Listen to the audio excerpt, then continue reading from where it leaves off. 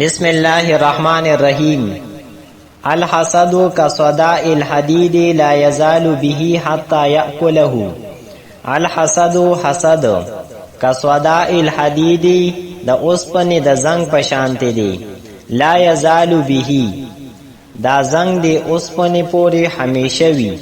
حتى يأكله تر دې پورې چې دا اوسپنه اخري او ختمه کی. په دې سبق کې د حسد تشبیه د زنګ سره ورکړی ده. لکه اوسپنه چې دی دا یو ډیر مضبوط شی دی، خو چې کله د اوسپنې ته زنګ ولګي نو دا اوسپنه اخري او ختمه کی. دغه مثال د حسد هم دی چې کله د انسان په اړه کې حسد راشي نو د انسان جسمانی او روحانی دواړه قوتونه دا اخري او ختمه کی.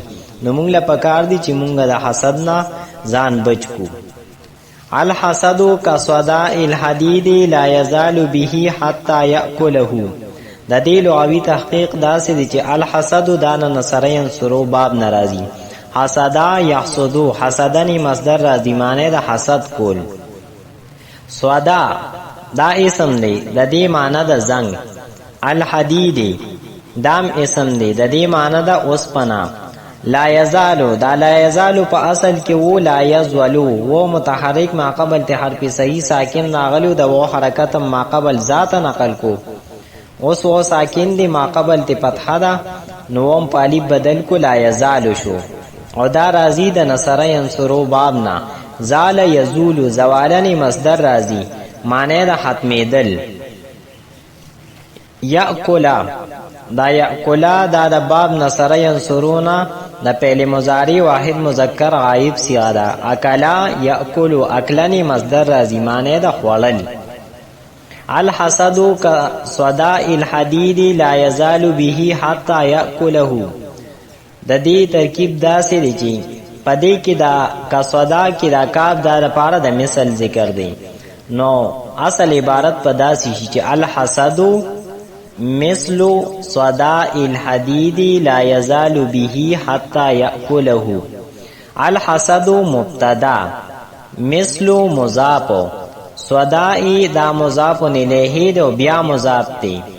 الحديد ذوالحال لا يزال پیل پدی کی هو ضمیر مستتر هغه د دی فاعل به کی با حرف جار ہی ضمیر مجرور جار سره د مجرور نه متعلق اول شو لا يزال پیل پوری. حتی حرف جار یاکلا پیل پدی کی هو ضمیر مستتر هغه د دی فاعل هو ضمیر مفعول به پیل سره د خپل فاعل او مفعول به نه دا جمله فعلیه پتاویل د ان مصدریه محذوفه سره د حتی نه بعد ان محذوفی نو دا پتاویل د مصدر سره دا مجرور شو د حتی د پاره.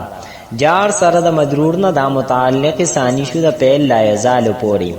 لا یزال پیل سره د خپل فاعل او دوانو متعلقین نه دا جمله فعلیه د حال شو د الحديد د پاره. الحديد ذوالحال سره د حال نه دا مضاف الیه شو دا صدا د پاره. مضاف سره د مضاف الیه نه دا بیا مضاف الیه شو د مثلو د پاره. مضاف سره د مضاف الیه نه دا خبر شو د الحسد مبتدا د پاره. مبتدا سره د خبر نه جمله اسمیه خبریه. القلیل مع التدبیر خیر من الکثیر مع التبذیر. القلیل لږ سیزو مع التدبیر د تدبیر سره خیر دا بهتر دی من الکثیر دا هغه ډیر نه مع التبذیر چې هغه سره پرځول خرچي وي. په دې ضرب المثل کې دا خبره بیان کړې ده چې کو یو انسان سره لګونتی سیزي او هغه په دې صبر کوي او دا په تدبیر سره استعمالي نو دا ډیر بهتر دی دا هغه ډیر شیز نه چې هغه سره په ذل خرچي وي. ځکه چې کله یو انسان یو شیز په تدبیر سره خرچ کوي او استعمالي نو دی به د دې نه ډیره پیداوالي. او کو یو انسان سره ډیر سیز دی لیکن دې سره په ذل خرچي ده او دی پکې په ذل خرچي کوي نو دا شیز بده ته پیدا ونه رسي. القلیل مع التدبیر خیر من الکثیر مع التبذیر.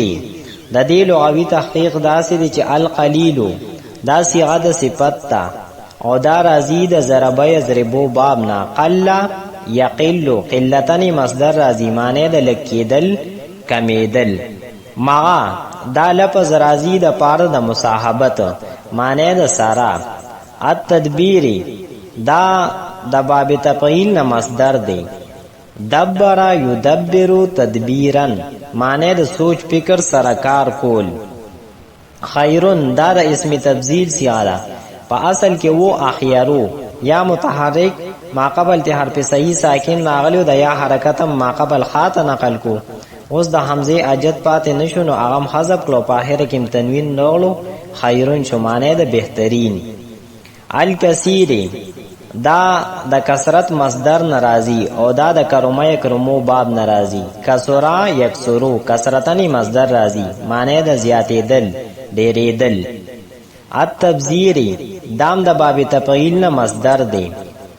بذر یبذر تبذیرا تبذیرا دا مصدر دی معنی د پزول هرچی کول.